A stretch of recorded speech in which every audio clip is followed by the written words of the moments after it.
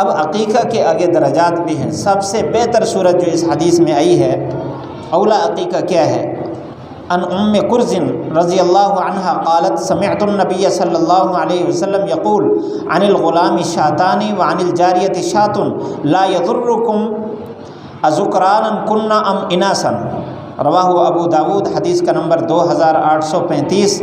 حضرت ام کرز رضی اللہ عنہا سے روایت ہے، میں نے آپ صلی اللہ علیہ وسلم سسنا فرماتے تھے لڑکے کی طرف سے 2 بکرے ہیں اور لڑکی کی طرف سے 1 بکری، اور اس بات میں کوئی نقصان نہیں ہے کہ وہ بکرا بکری نر ہو یا مادہ ہو، برابر ہے۔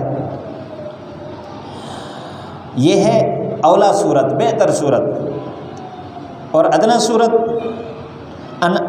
ان ابن عباس رضی اللہ عنہما ان رسول اللہ صلی اللہ علیہ وسلم عق عن الحسن والحسین کبشن کبشن، رواہ ابو داود، حدیث کا نمبر 2841۔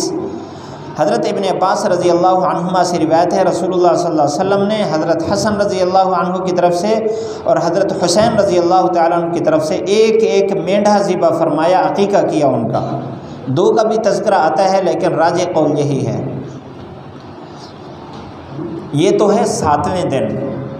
7ویں دن عقیقہ کرنا اولا ہے، بہتر ہے۔